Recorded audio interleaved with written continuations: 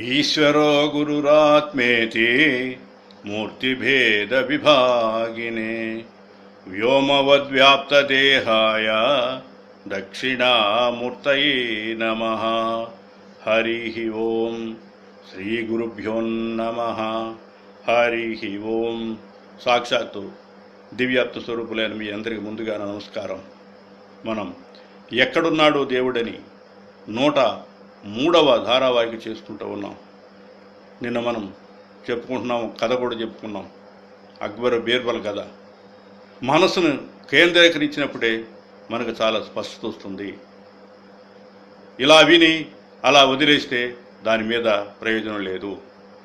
విన్నది 10 మందికి చెప్పినందువల్ల జ్ఞానం రాదు. విన్నది హృదయంలో నిక్షిప్తం చేసుకోవాలి. ఆ భావంతో ఎప్పుడూ కూడా ఉంటేనే నీకు జ్ఞానం వస్తుంది. ఎప్పుడైతే అది అర్థమైందో ద్వైతం కనిపించేవంటే ఇంకోటి లేదు, అన్నీ ఏకస్వరూపం కనపడతాయి. ద్వైతంగా కనిపించేవన్నీ వేరు అని అది అందరూ తెలుస్తూనే ఉంది. నీకే కాదు, ప్రతి ఒక్కళ్ళు చెప్పగలరు. ఏ తెలియనటువంటి అజ్ఞాన్ని అడిగినా కూడా అది వేరు, ఇది వేరు, నువ్వు వేరు, నేను వేరు, చెట్టు వేరు, పుట్ట వేరు, గుట్ట వేరు అంటాడు తప్ప నేను అదేం చెప్పడు. మరి నీకేం తెలుస్తుంది? మరి ఇప్పుడు ఆత్మకి సజాతీయ, విజాతీయ, స్వగత భేదం లేదు. ఈ 3 భేదాలు ఆత్మకు లేదు. దేహం ఉంటే జాతి కులాలు వస్తాయి. మరి ఆత్మకి దేహం లేదు కదా. మరి అటువంటప్పుడు నీకు ఈ 3 రకాలు ఎందుకు ఉంటాయి? ఏది ఉండదు దానికి. కానీ నువ్వు ఏర్పరచుకుంటున్నావు దాన్ని. దేహం ఉంది కాబట్టి అన్నిటితో అంటుకుంటూ ఉన్నావు. అందువల్ల ఎప్పుడైతే దేహభావం పోయిందో నీకంతా కూడా ఆత్మస్వరూపంగా తెలుస్తూ ఉంటుంది. నిప్పుకు కాల్చే శక్తి ఉంది. నిప్పులో ఏది వేసినా కూడా చాలు అనే అందు. అందుకే అది అలం అంటే చాలు. నిప్పుని అనలం అంటారు. అనలం అంటే అగ్ని. నువ్వు ఎంతనా వెయ్యి, 1 ఇల్లు కాదు, 10 ఇళ్ళు కాదు, 1000 ఇళ్ళు కాదు, 1,000,000 ఇళ్ళు కాదు, ఎన్ని ఇళ్ళైనా కూడా దగ్ధం చేస్తూ ఉంటుంది. మరి అలానే పరమాత్మ తన శక్తులను అన్నీ కూడగట్టుకొని తన జ్ఞానశక్తి, ఇచ్ఛాశక్తి, క్రియాశక్తి ఈ 3ని కలుపుకొని సృష్టిని అద్భుతంగా చేశాడు. తానే ఇన్ని రకాలుగా మారి తానే సృష్టిగా మారాడు. ఏదో ఆశించి సృష్టి చేయలేదు. ఇదొక్కటి మాత్రం గుర్తుపెట్టుకోవాలి. మనలాగా ఏదో ఆశించి ఏ పని చేసినా నాకేమి ఇస్తామంటాం. ఏంటి నాకేంటి ఉపయోగం దానివల్ల అని ప్రశ్న వేస్తాం. కానీ తను ఏది ఆశించలేదు. ఏది ఆశించలేదు కాబట్టి ఉన్నదంతా ఎవరు? తానే సృష్టించాడు. మరి చివరికి ఒక ఆట ఆడుకున్నాడు. తర్వాత ప్రళయంగా సృష్టించుకున్నాడు. మళ్ళీ తనలోనే కలుపుకున్నాడు ఈ ప్రపంచాన్ని మొత్తం కూడా. ఈ సృష్టి స్థితి లయలను తానే చూస్తున్నాడు, తానే చేస్తున్నాడు. చేసేది ఆయనే, చూసేది ఆయనే, ప్రకాశింపచేస్తున్న కూడా ఆయనే. ఆ వెలుగు రూపంలో ఉందెవరు? చీకటి రూపంలో ఉందా తానే, వెలుగు రూపంలో ఉన్న తానే. ఈ అంతా కూడా వెలుగు రూపం నిండి నిబ్రీకృతమై ఉన్నాడు. అతనే పూర్ణంగా ఉన్నాడు. అందుకే మనం శాంతి మంత్రం ఎన్నోసార్లు చెప్పుకుంటున్నాం.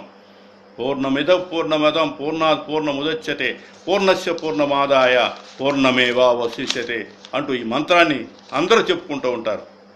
ఉన్నది పూర్ణమే. ఏదైతే మట్టి ఉందో కుండ వచ్చింది అంటే నామం వచ్చింది, ఒక రూపం వచ్చింది. ఈ 2 పగిలిపోయినాయి. ఏమైపోయింది? పగిలిన మట్టి ఉంది. మట్టికి పగిలేది ఏముంది? ఇంకా ఉన్నది మట్టి. అట్లానే ఈ పరమేశ్వరుడి నుంచే సృష్టి వచ్చింది. పరమేశ్వరుడులాగా మొత్తం తానే చేసుకుంటూ ఉన్నాడు. భగవంతుని స్వరూపాన్ని అర్థం చేసుకోవాలంటే చాలా కష్టం. ఇది అర్థం చేసుకోవాలి మీరు. ఎవరైతే అర్థం చేసుకుంటారో ఈ సృష్టి అంతా కూడా ఆయన స్వరూపమే మనకు అర్థమవుతుంది. ఎప్పుడైతే నీకు స్పష్టత వచ్చిందో దేన్ని ద్వేషించవు. మనకు ఆయన్ని అర్థం చేసుకునే బుద్ధి లేదు. ఎందుకని? అజ్ఞానంలో ఉన్నాం కాబట్టి. అందువలన మంగళకరమైన భుక్తి అందించు ప్రభు. నా బుద్ధి శుద్ధి చెయ్యి, నా బుద్ధి నీ యందు నిలుపు అని వేడుకోవాలి. నా గురువు కష్టపడి నా కొరకు ఎంత చెప్తున్నా కూడా అర్థం చేసుకోలేకపోతున్నాను, నేను ఆవేదన చెందాలి. ఆయన ఎంతో కష్టపడి చెప్తున్నాడు, కానీ నేను వింటున్నాను, కానీ నాకు నిలవటలేదు. మధురమైన భావాలను కలిగించు నువ్వు. ఎప్పుడైతే మధురమైన భావాలు కలుగుతాయో ఆ మధురమైన స్మృతులని కూడా నీళ్ళు ఎప్పుడు కూడా ఏది చూసినా కూడా మధురానుభూతులు పొందుతూ ఉంటావు.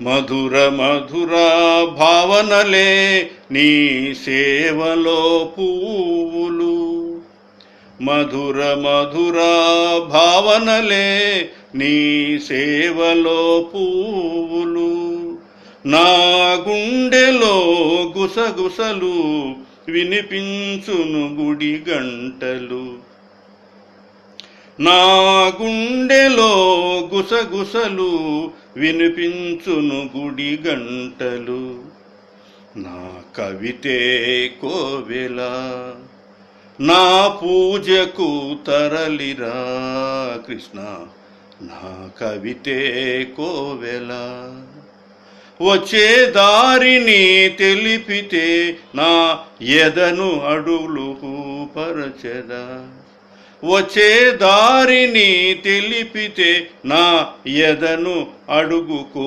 పరచెదా, నా కవితే కోవెల నా పూజకు తరలిరా కృష్ణ, నా కవితే కోవెల.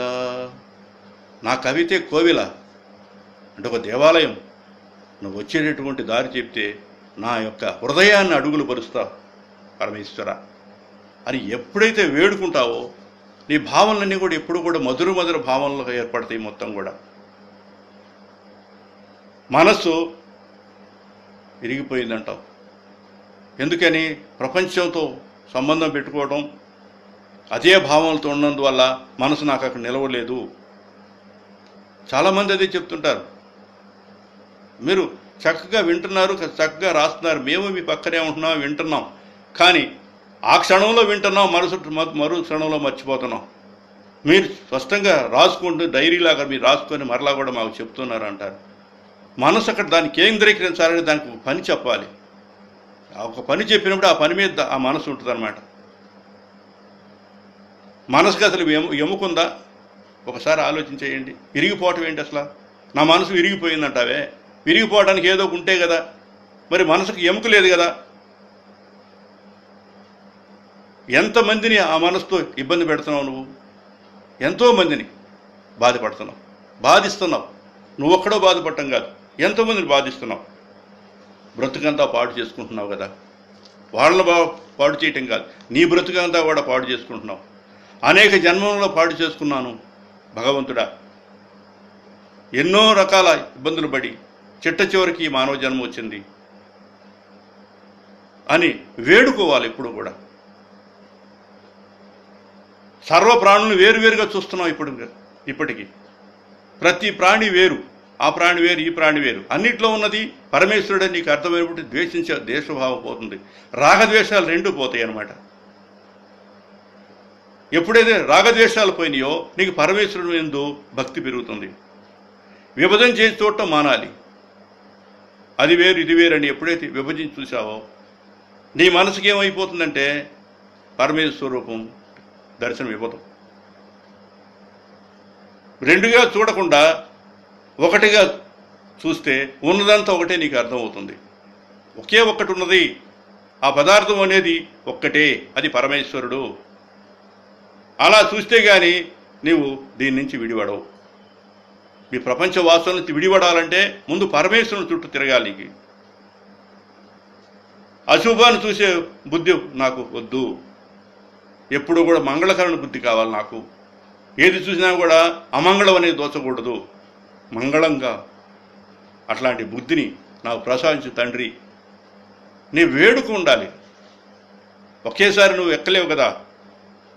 ఒక 5 అంతస్తుల బిల్డింగ్ ఎక్కాలంటే ఒక్కొక్క మెట్టు ఎక్కుతూ వెళ్ళాలి. ఒకేసారి ఆకాశంకి వెళ్ళలేవు కదా.